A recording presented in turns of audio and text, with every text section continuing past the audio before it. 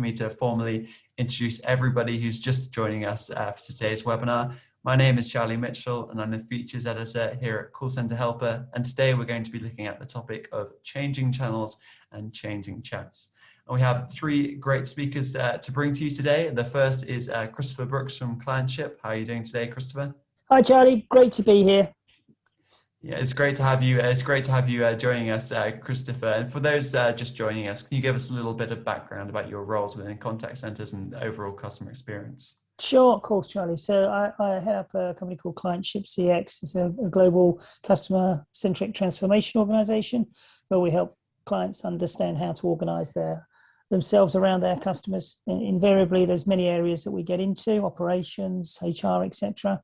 The service, and specifically the contact center and how it can support that, is a key area of focus that we find ourselves in.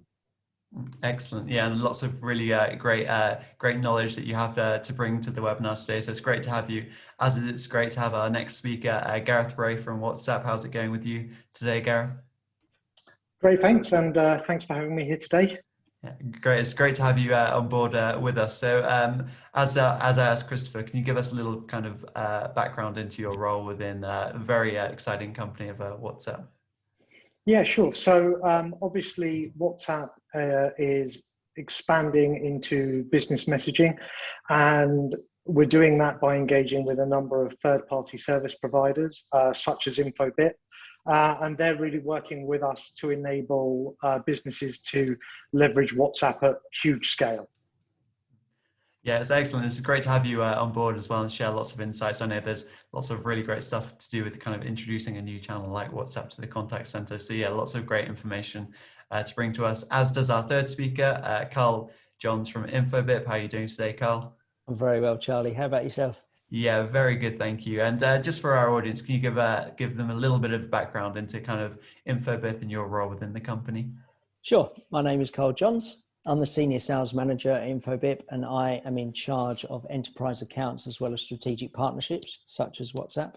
And Infobip offer a full suite of digital contact center solutions along with automation via chatbots and CRM management tools. And we help businesses right across their customer journey from beginning to end. Excellent. Yeah, it's great to have all of your insights included in today's webinar, Karl. So three great speakers with lots of great information for you on digital customer service. And just moving on now, if you want to catch up on any of today's key learnings, you can grab the replay and watch the replay and grab the slides even later this afternoon on www.callcenterhelper.com/recorded-webinars. Also, if you're not already in our chat room, it's a really great place to share advice with one another, share your tips, and send in your questions for us, which we'll come to after Christopher's and Karl's presentations. So if you could just log in, open up a new tab, or get out your phone and type in cch.chat into the browser. And yeah, it'll be really great to have you sharing your opinions on this webinar with us. The way that I like to use the chat room is to have the webinar on one side of my screen, the chat room on the other, so I can make sure I kind of utilize get access to all the key learnings. Also, if you want to download the slides, they are also available through the chat room, and you can also join our quiz, which comes after Gareth's presentation, where you'll have the chance to win a box of chocolates or a bottle of champagne. And on the theme of winning a bottle of chocolates, a bottle of champagne, or a box of chocolates, we also have a prize for the best tip that is sent in through our chat room, or the best question. And yeah, that's pretty much all the housekeeping that I have to take you through, I think, for now. So let's get into kind of the key parts of today's webinar, and I'll hand over to you, Christopher, to go through your presentation. Okay, thank you very much. I'll just get myself set up. No problem.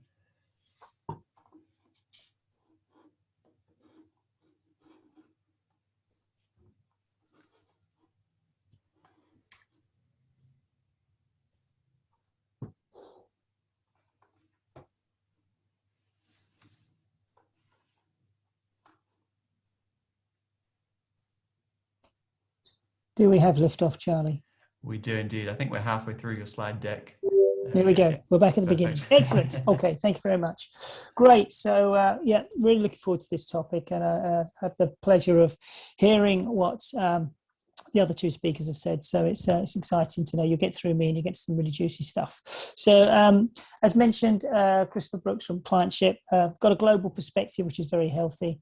Spent a lot of time working on many areas of customer centricity, and often found myself in contact centers, listening and working with IT functions, trying to put other channels in place. What I wanted to talk about really was just how things have changed dramatically. We always look at things from a customer's perspective, and that's the angle I'm going to be looking at here before we let kind of the specialists and the technical guys take over. So what we've seen is an unprecedented level of engagement. And you know, you'll see the relevance of this, but it's gone up some sort of 40% in LATAM, and nearly 20% in Europe and in Americas. This has meant that obviously there's no way the existing channel mix could survive. It couldn't cope with what was going on.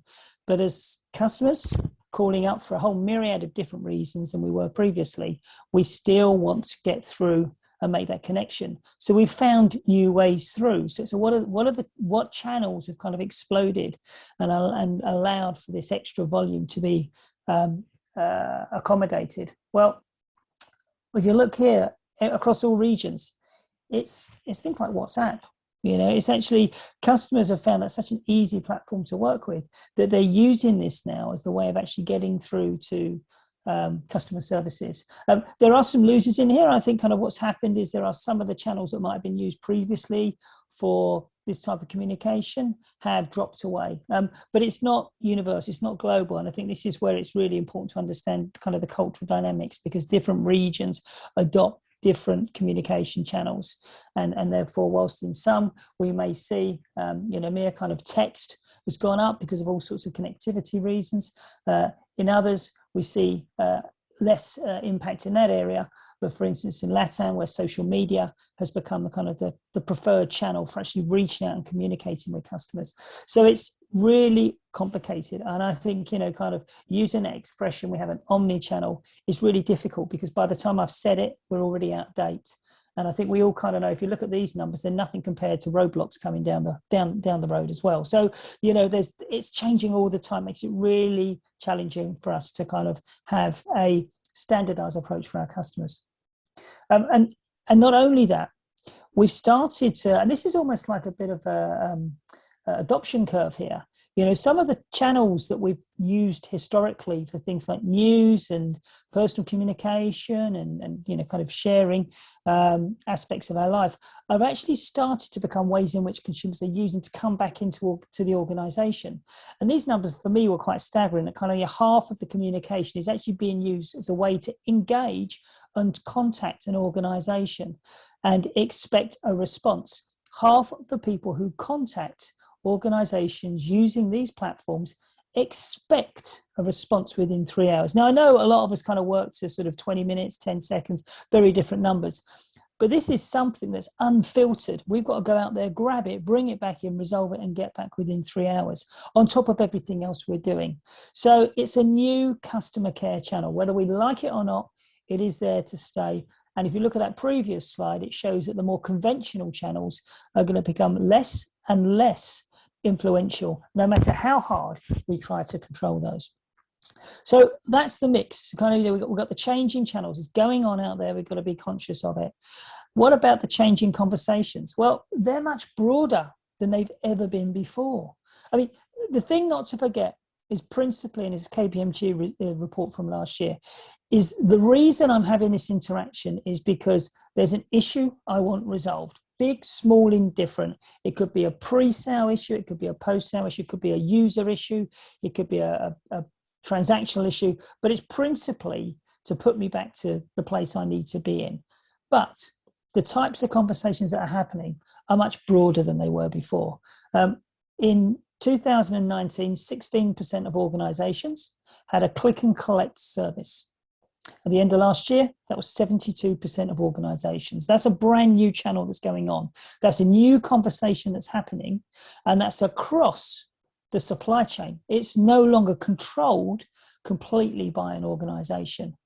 We have a different conversation, which has moved from where is my product, or it wasn't as good as I thought it was going to be, to I want my money back and I expect my money back. This thing that's happened wasn't anything to do with me. So I don't need the equipment I was going to buy before, or the holiday booking that I've booked.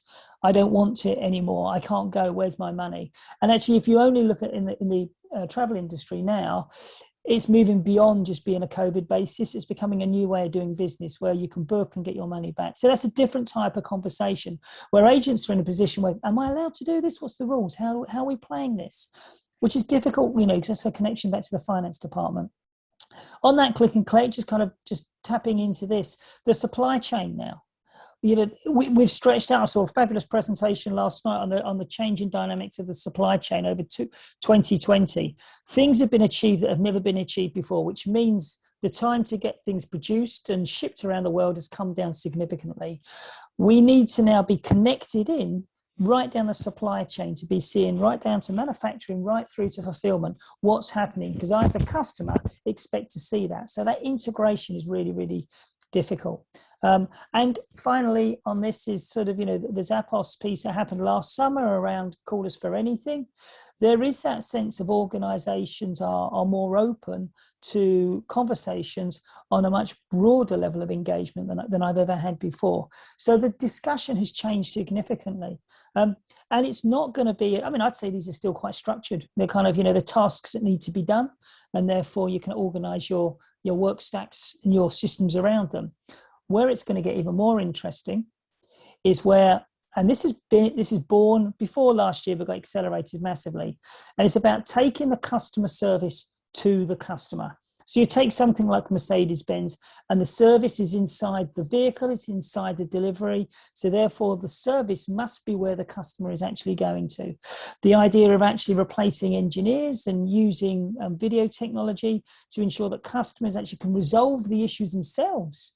And also organizations like Ganso here, who actually will put the customer service into the retail outlets, and customers come in and actually are taken around for personal shopping and get the actual service that they want on the go. And I know Nike do a very similar thing as well. So the discussions have changed massively, the channels have changed massively. And I think what we found from last year is it's actually been a bit of a springboard for innovation. So we're just at the start of how the customer service function and contact center specifically are going to be repurposed to become a much more meaningful relationship for brands with their customers.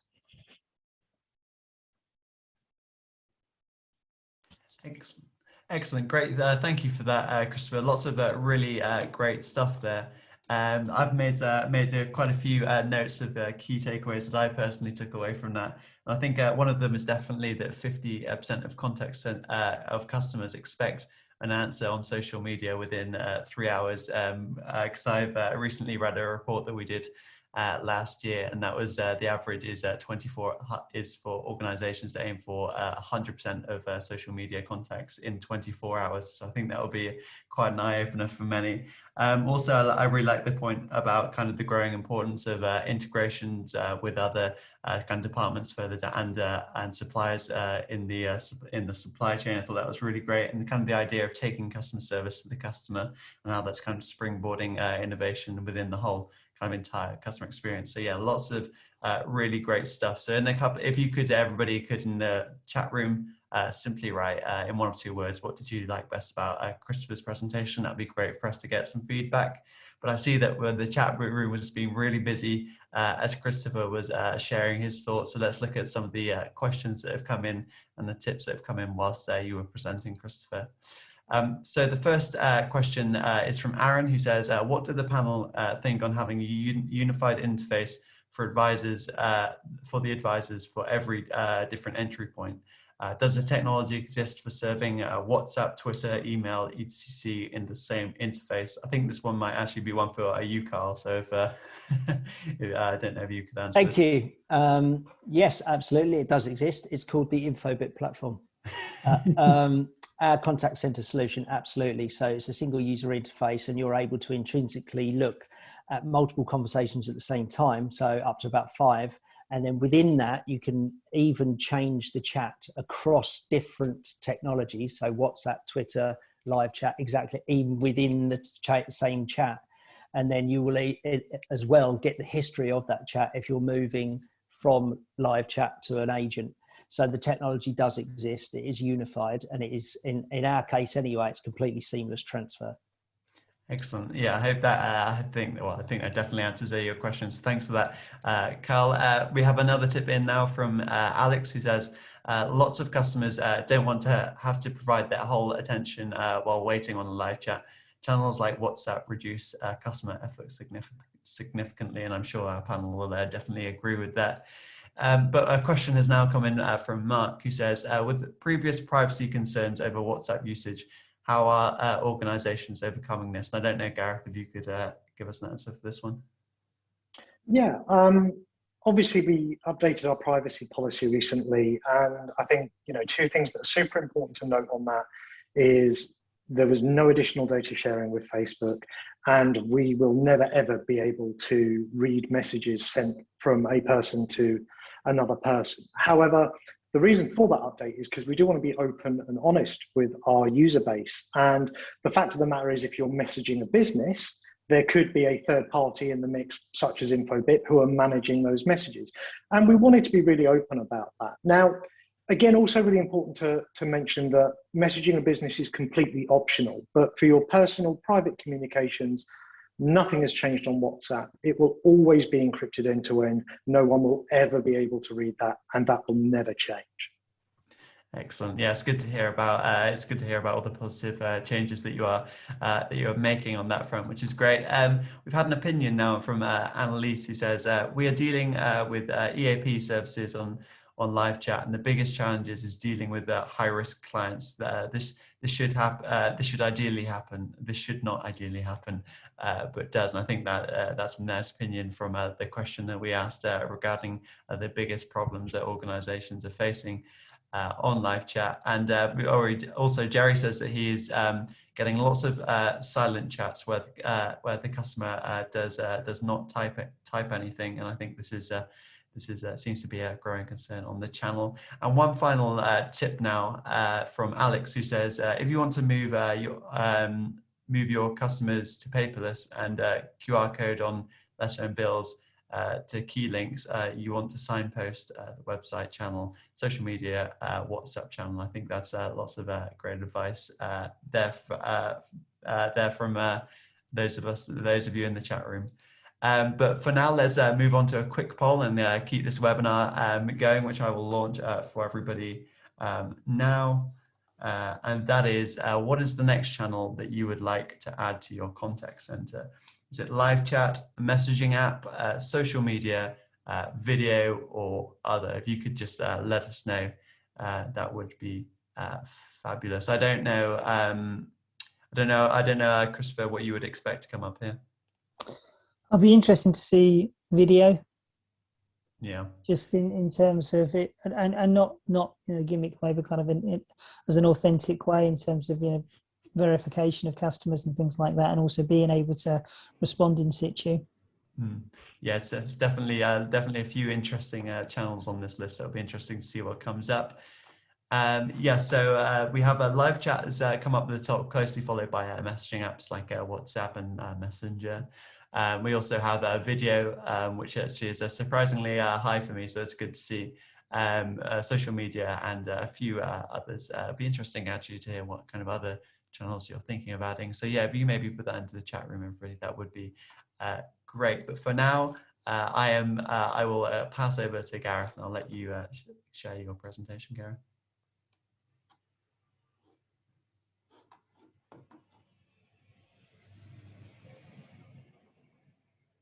I think you're on mute at the moment, Gareth.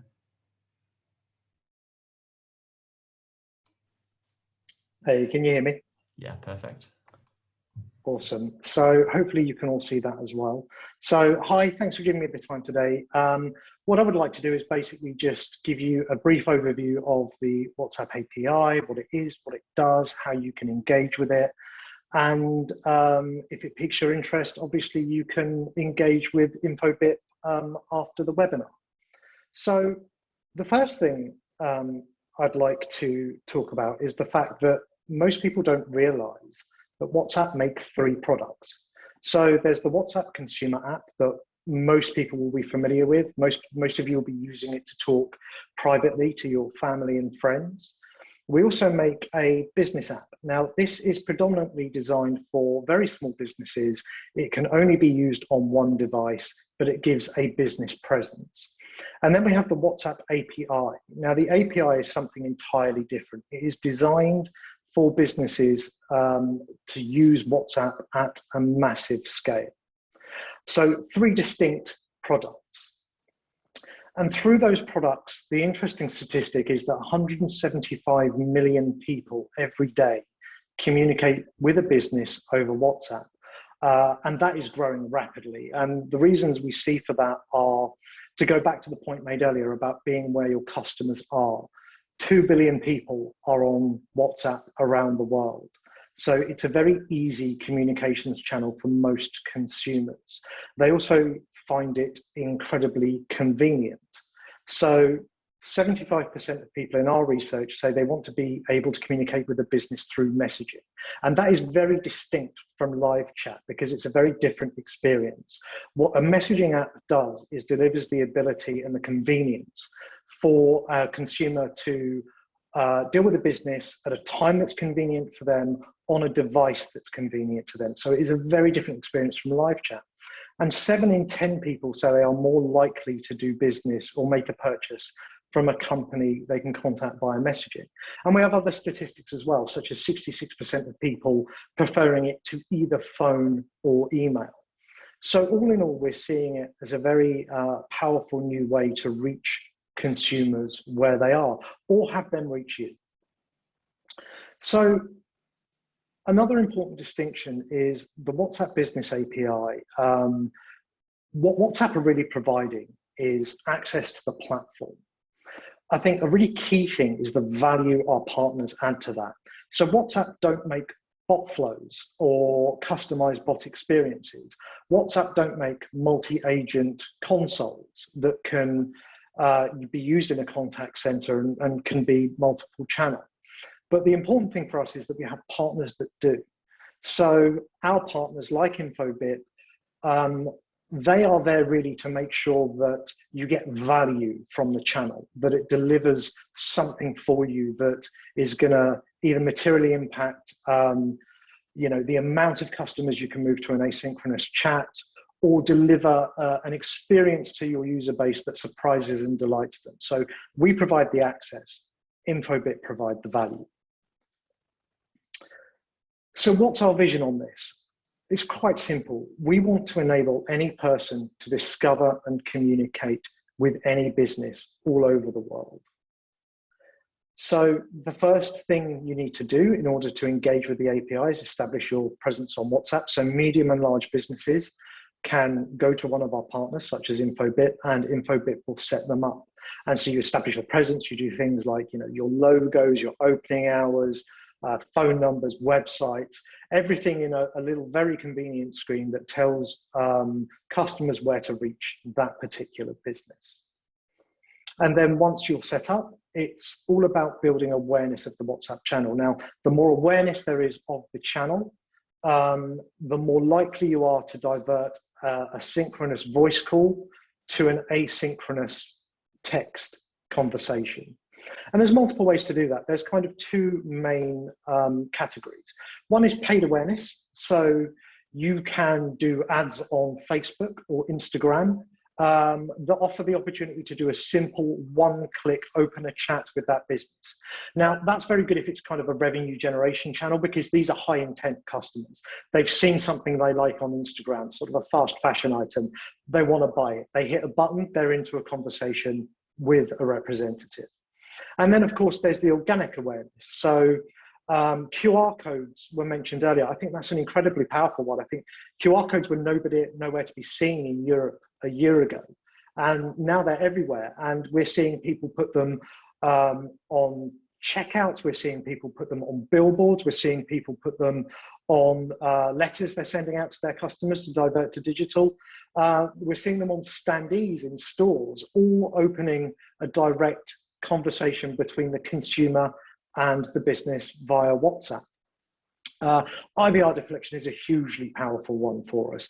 Generally, if you give people the option to wait on hold or flip the conversation to WhatsApp, they're going to choose WhatsApp because there's no more sitting at the or at the phone waiting for an agent. They're like, right, okay, well, they'll get hold of me and I can just pull my phone out and I can answer at a time and a place that's convenient to me. It has massive effects on things like CSAT scores. So that's a hugely powerful one for us. And of course, you can put easy click to conversation buttons on email signatures and in apps. So the way we think about messaging boils down to two message types. So the first one is customer care messages. So customer initiated conversations that are free of charge within 24 hours. So a customer may reach out, they may want to resolve issues one-on-one with a private conversation. It gives you the ability to connect with customers instantly. And of course, it's on a channel they prefer. And the other type of message we allow is notifications. So this is where a business is proactively reaching out to a customer.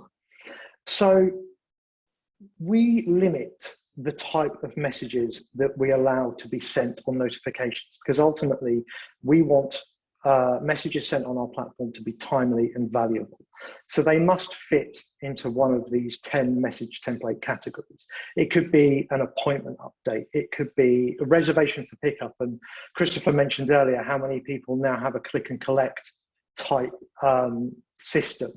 It could be a shipping update. It could be logistics. Hey, your package is on the way. And it could be reservation updates, tickets, that sort of stuff. Is worth noting that we are running some pilots in certain markets at the moment to expand this out to allow more promotional type messaging. Think abandoned cart sales coupons. For now, in Europe, we are sticking with these 10, although that may change later in the year. So what's the other major advantage over, say, just standard text? It really does come down to the rich messaging formats. So with our messages, you can have a lovely logo at the top. You're not limited by 140 characters.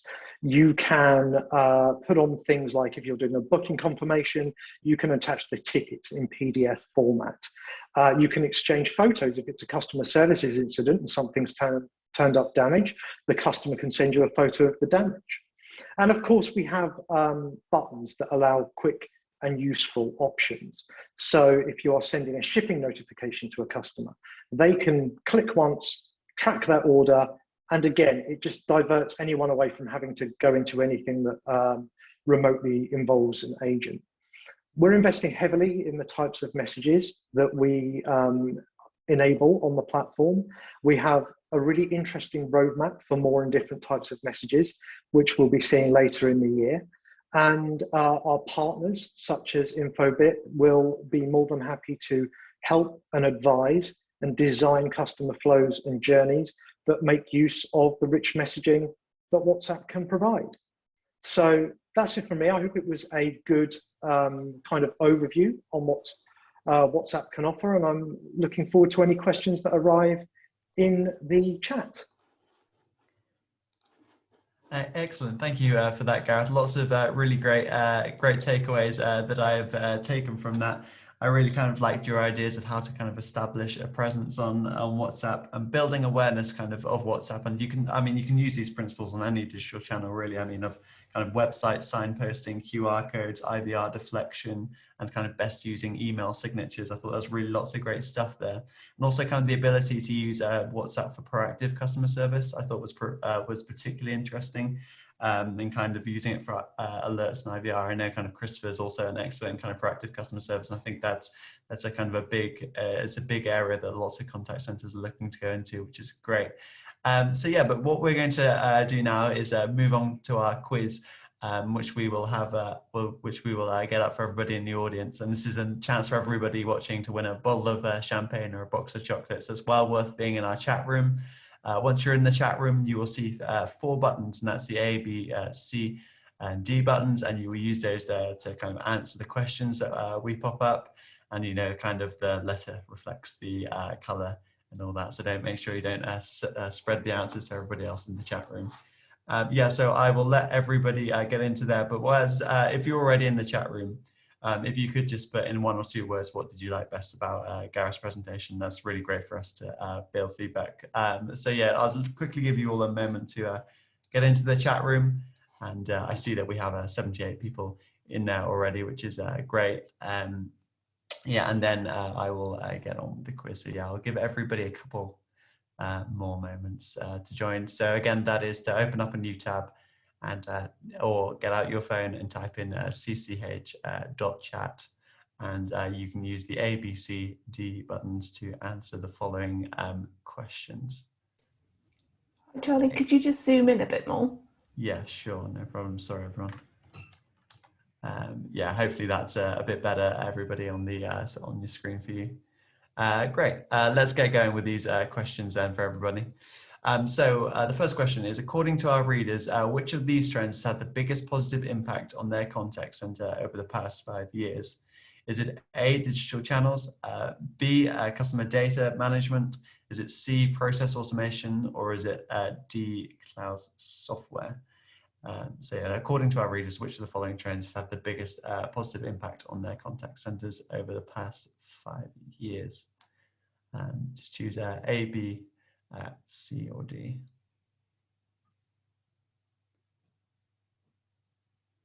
Fabulous. I'll give everybody a couple more moments to answer this one before I move on. Great stuff. Yeah, so most people are getting that question right.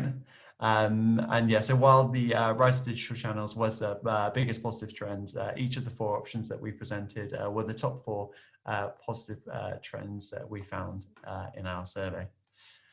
So the next question is, which of the following live chat statements is not true? A, adding chat generally increases overall contact volumes. Average handling times goes up with concurrency. That's kind of the number of chats that agents handle at once. C, CSAT, customer satisfaction, often falls with more than 2 concurrent chats. Or is it D, live chat is always cheaper than a phone call? Okay.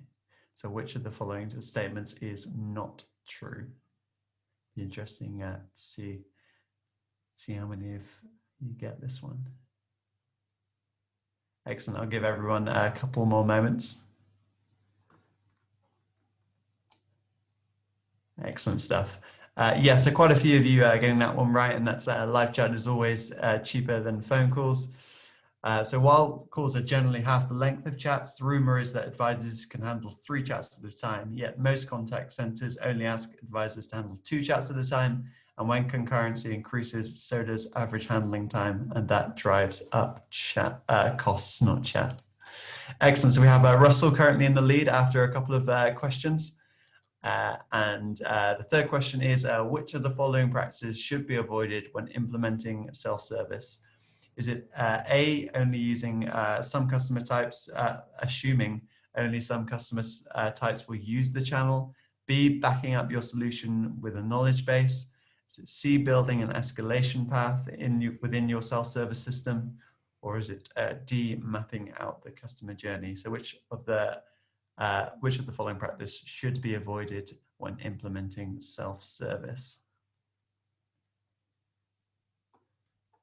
Excellent. Right, a couple more moments, everyone, before I ruthlessly skip on to the next question. Excellent, but I can see most of you have answered that. So yes, A is absolutely right. So well done, everybody, for getting that one. Just because a customer would prefer not to use self-service now, it doesn't mean that they'll have the same attitude towards the channel in a couple of years' time. Remember that we're all on a digital journey, but we're at different stages.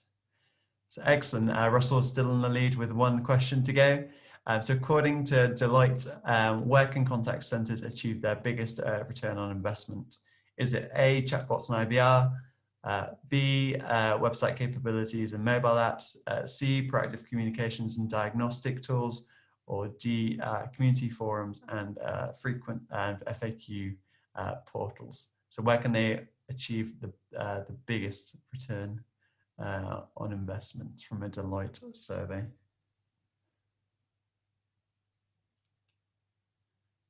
Fabulous. A couple more moments once again. See if anybody can overtake Russell right at the end. Excellent stuff. Yeah, so 12 of you getting that one right. And so according to a Deloitte survey report, which investigated where contact centers should be investing their budget to gain maximum return on investment, they found the most potential as being website capabilities and improving smartphone experience. And yeah, Nicola it won that one in the end. So congratulations to you, Nicola. We'll be in touch at the end of the webinar with a bottle of champagne or a box of chocolates. So congrats again for that. But for now, we'll move on to the next stage of our webinar, and we come to Karl's presentation. So Karl, I'll hand over to you now. Thank you. Well, welcome everybody. And as I said, my name is Karl Johns. I'm the Senior Sales Manager at Infobip. Welcome to my home. I don't think I've ever had this many people in my kitchen all at the same time, so you're most welcome. So thank you very much for attending. So on to the next slide. And based on the new reality of COVID-19, it's not only businesses that are changing the way that they communicate with their customers. There's been a real shift in the way that the consumers are reacting to businesses and the way and setting new expectations of how they're communicating and resolving customer service issues, much of which we've already covered with Christopher and Gareth. So on the back of this pandemic, Infobip embarked on a customer research program asking consumers for their thoughts on their views on bad customer service. Across numerous countries right across Europe, what we found was that the better the customer experience and the customer service overall, the more brand loyalty that there was. The ability for a brand to send the right message to the right person at the right time and on their preferred channel, such as WhatsApp, gives them the ability to be happier customers through faster resolutions. Our research found the top 3 frustrations, which they won't be a surprise to you, as you can see on the slide. No one likes to be left on hold for hours on end. And once you get through, repeating the same information to multiple agents. And an intrinsic fault of that is only having a single point of contact. So one inbound number means queues, right? So giving the consumer choice of multiple channel or an omni-channel solution, such as Christopher mentioned earlier, is the optimum customer journey. So I won't, on to the next slide. Sorry, Rachel. Thank you. I won't go through every stat, one of which we've already heard today about, response within 24 hours. But the real stat to take away from this slide is that over half of respondents to our surveys admitted that they actually switched brands or service provider based on poor customer service. So not giving the ability for the consumer to get an answer when they want it, on the preferred channel that they want it, and on the topic that they want, because as again we've spoke about, there's multiple topics and more topics of what I call a long tail of many different things that need to be resolved. Not giving them an opportunity to resolve it on an omni-channel basis limits the business. So how can Infobip help you with this? Well, we are a strategic partner of people like WhatsApp. So we, and as Gareth alluded to, we build the technology behind the chatbots and the channels to be able to deliver the message to the right person at the right time. We employ over 1,000 developers and engineers, and we give them the ability to augment fast service and precision technology on these new channels. Infobip really does have unprecedented reach. We're a true global leader. We speak to about 80% of the world's population on any given month, and we send over 15 billion messages, which are just like phenomenal numbers. So another key strength of Infobip is our global connectivity. We're able to connect people right around the world. We connect to over 700 mobile networks right around the world, giving us a reach like no other supplier, bar none. Just going to grab some water. Sorry. So InfoBip are well established in most markets, right across lots of different sectors, some of which you see on the screen today. In banking alone, we have over 220 banks on our books. And just in Q1 this year, we've onboarded almost 20 new banks, which is just incredible when you think about the digital transformation and how customers or businesses are accelerating their plans. And this is true testament to that. So based on that, I just wanted to show you a success story on WhatsApp.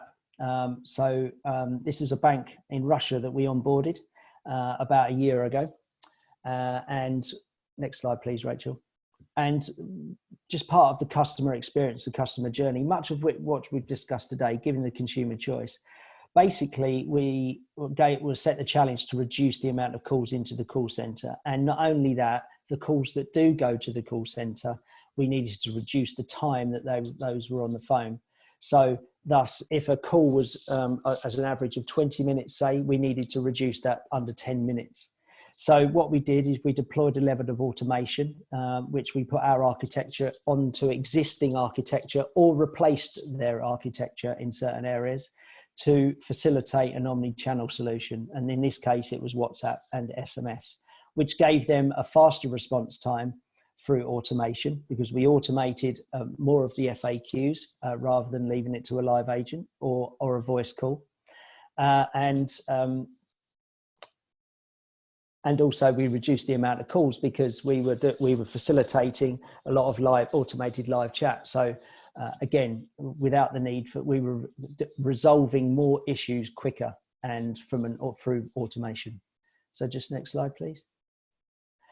So over 2.5 million clients of this Russian bank, we spoke to them to improve the efficiency and to streamline their customer support system.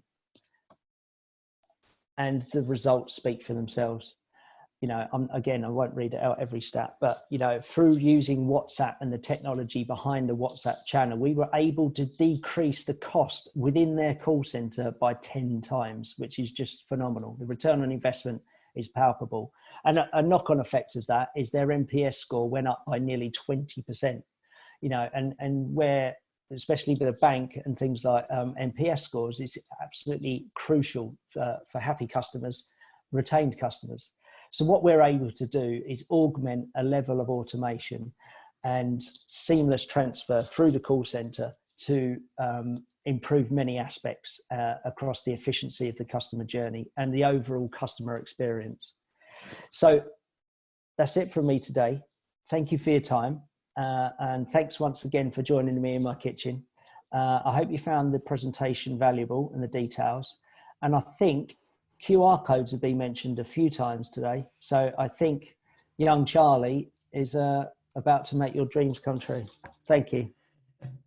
Young Charlie will bring up another QR code for you. Yes. So if you want to, have a little experiment and see any more of InfoBip's case studies, find out more product information, to find out any more. If you simply get out your phones now, and if you scan the QR code on your screen, that will automatically say hi, and you can find out more about InfoBip's solutions there, and actually contact the chatbot itself. So it's pretty cool stuff. If the QR code is not working, there's a number on the screen for you. So just simply just message hi to that number, and that should take you through. But yeah, it's a really great way to kind of find out more about the technology and find out more about the kind of cool work that InfoBip are doing. But yeah, lots of really great stuff from your presentation there, Karl. So thanks for that. We've been having compliments about your kitchen in the live chat, which is thank you. Has been great to see. Which has been great to see. But yeah, also lots of really great stuff within the presentation as well. And I think those top frustration points that you started with were particularly interesting. I think kind of around hold times and kind of the limited ways that are there to contact companies, and kind of having to repeat details. And while those are quite common frustrations, it's interesting to see, you know, how much they impact customers, and that those are the actual main frustrations for them. And also, I really like kind of your example and the kind of results that you achieved with the Russian banker.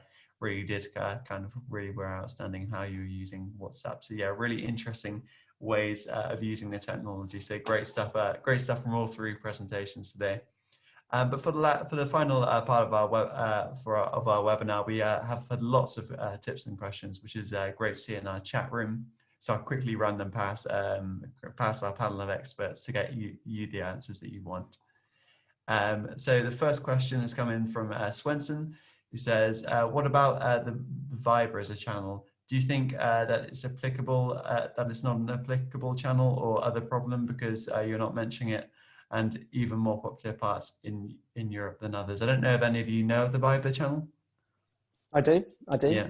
We offer it. We put as part of our omni-channel solution. We offer SMS, Viber, WeChat, RCS, Facebook Messenger, lots of things. So yes, it depends on the region. More chat apps are more relevant in different regions, but as we've alluded to today, WhatsApp is by far the superior in most markets that we see. But yes, Viber is a relevant channel, but it has to be in the relevant market. Yeah, no, I need to get out more. I've never heard of Viber, so clearly I need to do more homework on that front. There's also one called Telegraph, which may surprise you as well. Okay. always learning, which is great.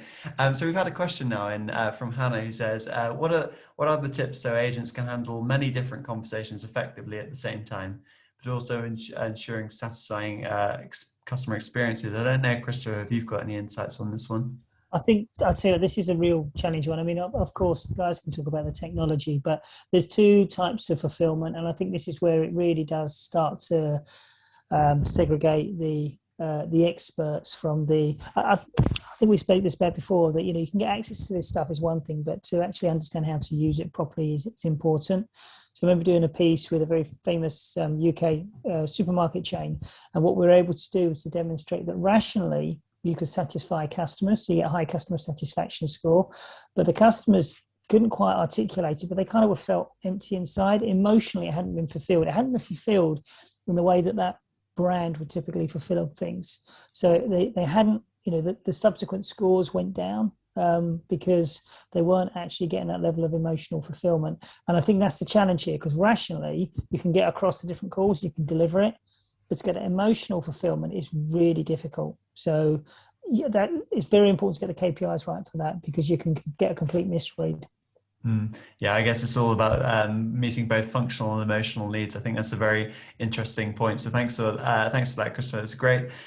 Moving on to a tip now that's been sent into us by Aaron. He says, perhaps you could survey a segment of your customer base, see if there is any appetite for the chat. And I think that's customer segmentation is an interesting topic indeed.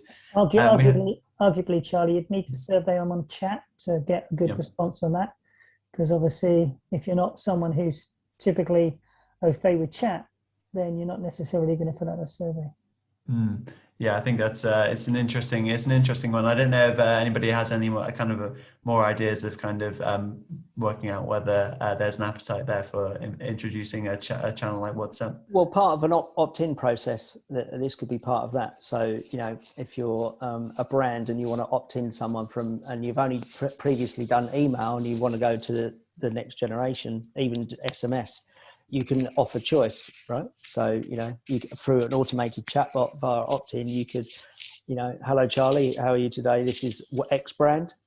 We would like to continue. We're doing an opt-in for whatever. I'm making this up as I go along. And then it's a choice of SMS, WhatsApp, and live chat, and you can opt them in live through that way and use it as part of the opt-in process. Excellent. Yeah, I think it's an interesting topic, and I think two really great ideas there from both Karl and Christopher for everybody to think about. And we've had another tip now from Laura, who says to invest in creating a bank of quick responses and shortcuts for the team to support average handling time, supplying the correct information during all live chat interactions. This is quite an interesting topic of creating a knowledge bank of information. Do you have any tips for best managing this knowledge, Christopher? Well, what I would say is that it's how big is that bank? Because it gets if you do a good job, invariably I choose the channel more often. If I choose the channel more often, I start to see the same comments coming up. and it then destroys the personalization that you're trying to achieve. So I think, you do this, you've got to be all in. You've got to work really hard in your taxonomy, to develop a really decent knowledge bank, and have lots of colloquialisms in there that make it feel like a really engaging and relevant conversation. Otherwise, as soon as I start to feel like it's not, I'm going to start to lose confidence in the quality of the answers coming back. Yeah, I think kind of cutting back is very important. I think it's also important to kind of create kind of a template for how you create kind of articles within your knowledge solution, so that an advisor can immediately look at something and know, oh, I typed this, I think about this. So it's very easy to understand. I think it's a very good knowledge management tip there. Also, sorry, if I can just add something. Yeah, go for it. Also, if you've got an AI intent-based chatbot, which is based on keywords and it learns, that eludes some of the quick responses, because it's actually intrinsically learning the dynamic, intelligent conversation at the time. So yes, it can work in conjunction with a knowledge base or a knowledge bank, but it can also learn as you go through intrinsic learning. I think those kind of chatbots are also very kind of useful for helping provide extra information to advisors on the call. Do you kind of have much experience with kind of agent assist solutions and chatbots as well? Me personally, no. It's more customer led. But our chatbot, for instance, is AI led. So it's as the guys who are doing that the demo, they will see that you don't have to have fixed responses. You can literally just type in a conversation. And the more you do it, as Chris said, the more you do it, the knowledge base can grow and grow and grow. So not personally from an agent perspective, but that can work with a knowledge base for the agent. So if you have a retailer, I'm working with a retailer with 75,000 different products, and they use that to find part of the product knowledge base, so they can find out to be educated with the consumers on particular products, because they're never going to remember 75,000 products, right? So they do use it via that way, if that answered your question. Yeah, no, absolutely. Yeah. So it's just an interesting topic that came to mind. But yeah, lots of more tips from the chat room that I'll move on to reading out. And one of them is to apply shortcuts to limit the time of typing messages. I think that's a very interesting idea from Bethany. And also Alex says make quick replies available in multiple languages to provide more precise message for multilingual customers. We've also had a couple of opinions in now who says that a big challenge in the banking industry is the authentication of the customer. This requires in-app messaging. And another opinion in from Jerome is WhatsApp is so far not allowing banks to act on behalf of the customer, not PSD2 compliant. I don't know if you have anything to say about that one, Gareth. Yeah, so we do and are looking at kind of OAuth and other solutions to integrate in the future. However, that's not stopped like tons of banks, and you saw the example earlier from Karl. But we do have like huge amounts of banks on the platform who have found a way to interact across multiple use cases through our third-party providers like InfoBip. So basically, they found ways around it, like ways that the InfoBip have hooked it up with their CRM system to allow them to do enough to be able to offer that customer lots of different experiences within the channel. So we've not really had such a big challenge with that. We do absolutely acknowledge that we need to get better at it in future. But we've still found, and our partners have found, loads of really creative ways to solve problems for banks. Excellent. I'll just give you one use case for that to support Gareth. Go for it. It is a 3FA. So instead of a PIN notification for 2FA, when you log into your bank account, you get a PIN code and then you have to put it in. What we can offer is 3FA, which is a silent mobile verification. So that's part of the WhatsApp Pro. So if you're having a chatbot chat on WhatsApp, and you can use our biometrics and our mobile identity products in conjunction with WhatsApp, which is PSD2 compliant. Sorry. Excellent stuff. No, great stuff. Really great answers to that opinion, which is great. We'll move on to a couple of kind of final questions and tips. And one now interesting one from James is the average age of our customers is 80 years old. Is it worthwhile implementing live chat WhatsApp is that realistic or worthwhile? I don't know, Christopher, what are your thoughts on this one? If you look at the water sector, they have a huge responsibility to look after vulnerable customers and people on their preference register. They managed, I think it was UKPN did a great case study where they managed to engage a very senior customer base, but it required more traditional walking the streets, helping them understand how to use the technology. But once they'd actually shared with them how to do it, which may not be practical for this particular customer, but it was a regulated requirement for this organization, then they found a much higher level of engagement, quite an easy level of engagement. So it is possible, it just requires investment. Yeah, excellent stuff. So yeah, we'll come on to one final tip now. That's coming from Christian, who says, bring your personality into your response. There is nothing worse than getting template answers from the representative. A bit of human touch improves the entire experience and takes it to a whole new level. And I lied, I will read out one more tip. And this comes in from Bethany, who says, add in emojis. It is part of social media and customer love a smile and sunshine. Also makes it personal and leaves the customer feeling happy. And I think that's a nice way to end it. Sorry, Nick, you look like you want to say something. Just on those 2 points, really pertinent. We must remember these are 2 touch points in a much broader brand experience I have as a customer. So if the landscape means that we don't have emojis and we have, quite sensible conversations, it's got to reflect it across everything. Otherwise, for me as a consumer, it's confusing, and it starts to show that this particular experience stands out. So be empathetic to your brand as much as your customers. I'm not saying don't do this. I'm saying just be very conscious that you're representing the brand at the same time. Excellent. Yeah, great stuff. And I think that's a really great point to finish on. So thanks everybody for your thoughts in that section there. For everybody now, if you could just type in 1 or 2 words in the chat room, what did you like best about the webinar? That'd be really great in helping us to gain some feedback. And we do have time to award our winning tip. And this is a bottle of champagne or a box of chocolates. And today that has been won by Aaron, who says to empower the chat team to both answer the customer's questions and to share key learnings with e-commerce, produce, customer experience and development teams. This can help reduce contact going forward by improving customer experience, product offering, website design, and frequently asked questions. I think that's a really great tip. So congratulations for winning the prize. We'll be in touch with information on a prize after the webinar. So thanks for sending that one in, Aaron. And yeah, as you leave the webinar today, if you could complete the survey, that'd be really great. Just three questions long. If you could do that for us, that would be fab.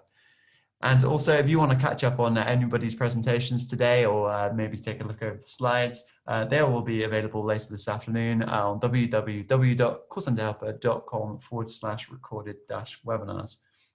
And we have a few also extra webinars coming up in the series on a multiple range of topics. And if you go to www.callcenterhelper.com/webinars, there will be more information regarding those. But for now, it's time for me to just thank all our speakers for joining us for today's webinar. So first of all, so thanks to you, Christopher, for joining. Thank you, Charlie. It's been great. It's great to have you on, as it's been great to have you on also, Gareth. Thank you very much. And thanks to you also, Karl. Thanks for having me, Charlie. And thank you, everyone.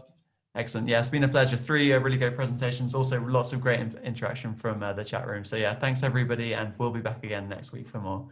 Cheers.